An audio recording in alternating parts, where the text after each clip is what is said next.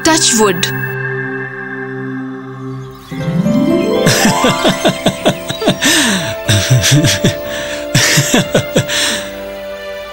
मुझे बहुत खुशी है कि हमारे बुरे दिन गुजर चुके हैं। टचवुड। डैडी, आपने ऐसा क्यों किया? मैंने क्या किया बेटा? आपने टचवुड करते वक्त टेबल को क्यों छुआ? ओहो, ऐसा मानना है कि अगर आप ऐसा करते हैं तो आपका काम बिल्कुल नहीं बिगड़ता है। नहीं नहीं हनी, ये तो सिर्फ आधी सच्चाई है। असल में बेटा, जब आपकी जिंदगी में कुछ अच्छा हो रहा होता है तो आप लकड़ी को छूते हैं, क्योंकि इससे नाफियत और लोगों की हसद का कोई असर नहीं होता है। ठीक है, पर इस यकीन के पीछे जरूर एक दास्तान होगी, है ना? ऐसा कैसे हुआ? मुझे इसकी बाबत कोई इल्म नहीं। दादी माँ, क्या आप इस बाबत कुछ कहना चाहेंगे? रॉय, ऐसे बहुत सारे महज़बी किस्से और यकीन है। कुछ कहते हैं कि परियां दरख्तों में रहती हैं और जब कभी अपनी जिंदगी में कुछ अच्छा होता है तो आपको उनके तनों पर 2 बार दस्तक देकर उनका शुक्रिया अदा करना चाहिए। कुछ का मानना है कि लकड़ी को छूने से उनमें रहने वाली बदरूहें बेचैन हो जाती हैं और आपके मुस्तकबिल की उम्मीदों को वो सुनने से घबराती हैं। पर ये सब तो बस कहानियां ही हैं, क्योंकि बहुत ही कम लोग हैं जो असली कहानी से वाकिफ हैं। असली कहानी हमें भी जानना है। ठीक है, ठीक है। एक वक्त की बात है जब इंसानियत के फरिश्ते हमारे बीच रहते थे। इनमें 2 छोटी परियां थीं जो दुनियादारी से बेखबर थे। एक था आग की परी और दूसरी लकड़ी की परी। 2 छोटी परियां जो सरजमीन पर घूम रही थी, एक साथ सीखते हुए और एक साथ बढ़ते हुए। ओह, ईश! संभल के जाना छोटी दोस्त। अब एक दिन की बात है जब आग का परी एक घने जंगल से गुजर रहा था तो उसे एक आम का दरख्त दिखाई दिया। वाह, ये क्या है? उसका दिल आ गया उन नारंगी पीले रंग के आमों पर जो उसे आग की तरह लगते थे। एकाएक मुझे बहुत भूख लगने लगी है। मुझे उन फलों को खाना चाहिए। पर जैसे ही उसने उस दरख्त के तनों को छुआ, उसके छूने से दरख्त के छाल का वो हिस्सा जल गया। ओह, मायूस होकर वो छोटी परी वहां से जाने लगा। तब हाँ? मैं यहाँ हूँ। हाँ? मैं यहाँ हूँ। हाय।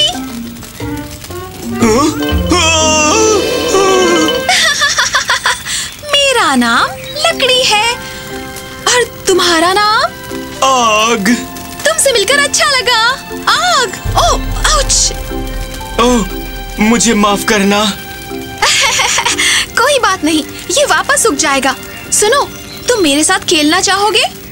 खेलना? आओ मेरे साथ, मैं तुम्हें सिखाती हूँ।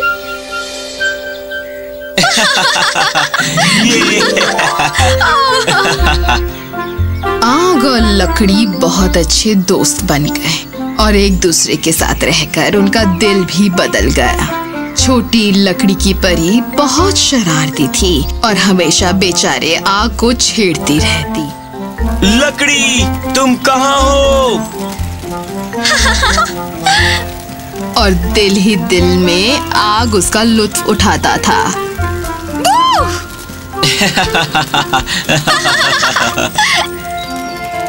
वक्त गुजरता गया और आग और लकड़ी बड़े हो गए थे।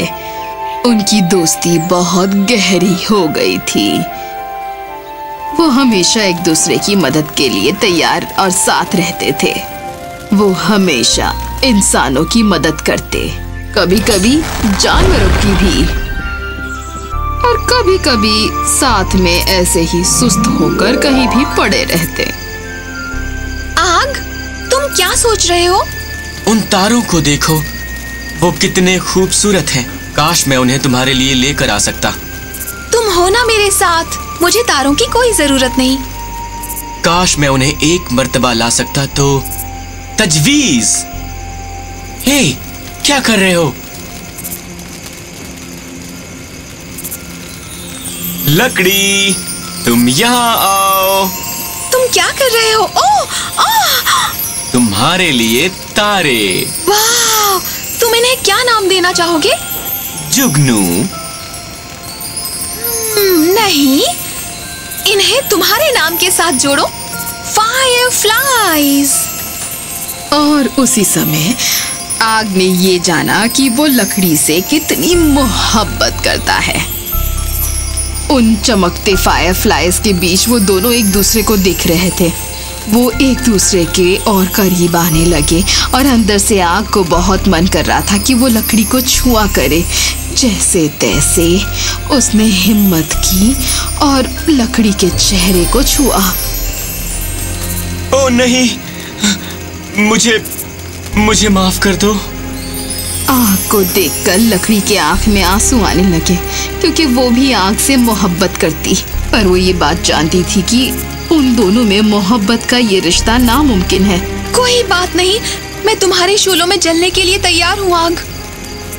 नहीं, मैं ऐसा तुम्हारे साथ नहीं कर सकता। हम एक साथ नहीं रह सकते लकड़ी। मैं तुम्हें नुकसान पहुंचा सकता हूँ। नहीं नहीं, अलविदा मेरी जान, तुम मुझे अपनी यादों में रखना।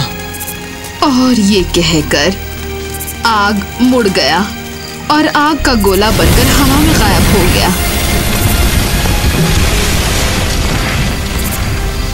आग, नहीं, रुको! आग, आग! अगली सुबह आग उठा और खुद को एक जंगल में पाया।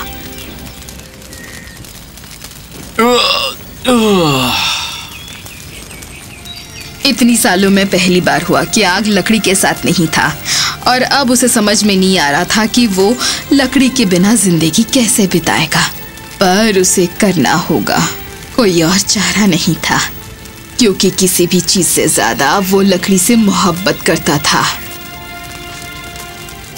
आग बस यूं ही भटकता रहा, जंगल से गुजरते हुए, पहाड़ों को पार करते हुए और छोटे छोटे गांव से गुजरकर।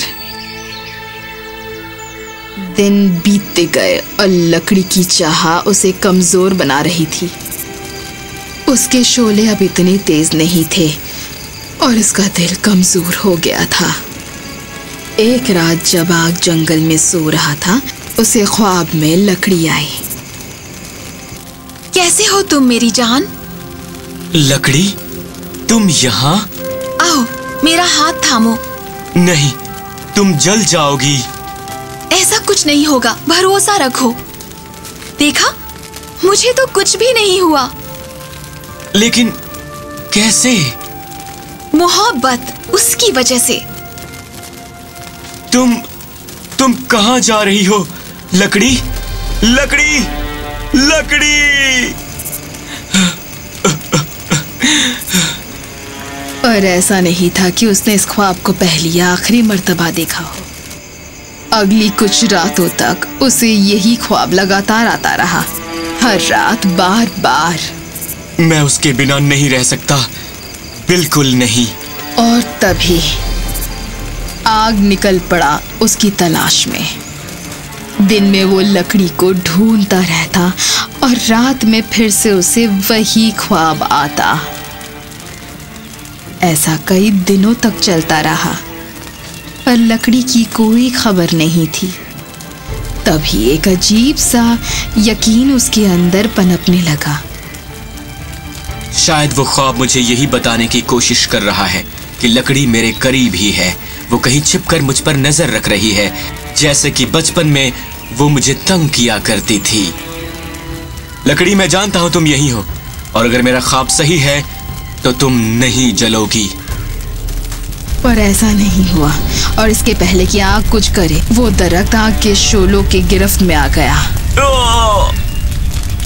वो यकीन आग के अंदर और भी मजबूत हो गया और वो उस हर चीज को छूता जो लकड़ी से बनी होती, ये देखने के लिए कि कहीं उसकी मोहब्बत इसमें छुपी तो नहीं है। वो बड़े के बनाए हुए कुंडे को छूता और उन्हें जला देता। वो किसान की बैलगाड़ियों को छूकर जला देता। आहिस्ता आहिस्ता उस यकीन की वजह से वो पागल हो रहा था। वो सिर्फ अपनी मोहब्बत के पास वापस आना चाहता था। ऐसे कई और दिन बीतते गए और आग और भी ज्यादा खूंखार और गुस्सैल हो गया। और फिर एक दिन ये हुआ। लकड़ी की तलाश आग को एक मर्तबा फिर से उसी आम के दरख्त के पास लेकर आया जहाँ पर उसने लकड़ी को पहली बार देखा था। उसे वो सारे पल फिर से याद आने लगे जैसे एक बस कल की ही बात है। एकाएक, हाँ? मैं यहाँ हूँ। हाँ? मैं यहाँ हूँ। हाँ? लकड़ी, लकड़ी, कैसे हो मेरी जान? लकड़ी, तुम्हें देखकर बेइंतहा खुशी हुई मेरी जान। मुझे इस पल का कब से इंतजार था। तुम ही मेरी असली खुशी हो। और तुम मेरी खुशी। ये लो, मेरा हाथ थाम लो। अगर तुम जल गई तो मैं इस पल को खोना नहीं चाहता। तुम्हें खोना नहीं चाहता, उस खुशी को नहीं खोना चाहता जो इतने दिनों बाद मिली है। ऐसा कुछ नहीं होगा। मेरा हाथ पकड़ते वक्त ये बोलो, टच वुड। ऐसा करने से मैं हमेशा तुम्हारे साथ रहूंगी। ये पल हमेशा के लिए रहेगा। आग पशुपेश में था और उसके हाथ को अपने हाथ में लेने की तड़प थी। उसने लकड़ी की बात मान ली। कुछ भी नहीं हुआ। ओ मेरी जान, मैं तुमसे मोहब्बत करता हूँ। कुछ देर ही सही उन्होंने एक दूसरे को गले लगाया और कुदरत जो इंसान और परियों के लिए एक समान है, उसने अपना काम किया। ये क्या? नहीं, नहीं, नहीं, लकड़ी। यकीन करो। नहीं, तुमने ऐसा क्यों किया? तुमने क्यों कहा कि कुछ भी नहीं होगा? क्योंकि आग लकड़ी को जला देती है। यही कुदरत का उसूल है और यही मेरी किस्मत थी। याद है ना जब मैंने तुमसे कहा था कि मैं तुम्हारे शोलों में जलने के लिए तैयार हूँ? यही वो पल है। नहीं, लकड़ी, तुम्हारे बिना इस जिंदगी के कोई मायने नहीं है। आग लकड़ी को जला देती है, यही कुदरत का उसूल है। लेकिन जब जलाने के लिए कोई लकड़ी नहीं बचती है तो आग भी बुझ जाती है। ये भी तो कुदरत का ही अपना उसूल है। जंगल एक मर्तबा फिर से खामोश हो गया। वैसे ही शोले भी आहिस्ता आहिस्ता बुझ गए और अंधेरी रात में खो गए और यादगार के तौर पर वो पीछे छोड़ गए बस धुआं, उस आग और लकड़ी के मोहब्बत की जो अब एक हो चुके हैं। पर घबराओ मत, कुदरत की मर्जी से आग और लकड़ी अभी भी इस दुनिया में मौजूद हैं और ऐसा कहते हैं कि आग हम सबके दिलों में मौजूद है। और जब कभी हम किसी चीज के लिए खुशी और उम्मीद से भरे होते हैं, हमारे अंदर के आग की परी रोशन हो जाती है और अपनी प्यारी लकड़ी की परी की तलाश करती है, उस उम्मीद से उसका हाथ थामने के लिए कि ये पल कभी जाया ना हो पाए। और बस इसीलिए हम लोग कहते हैं टच वुड, बस ऐसे ही, ताकि वो पल कभी खराब ना हो सके। कहानी खत्म।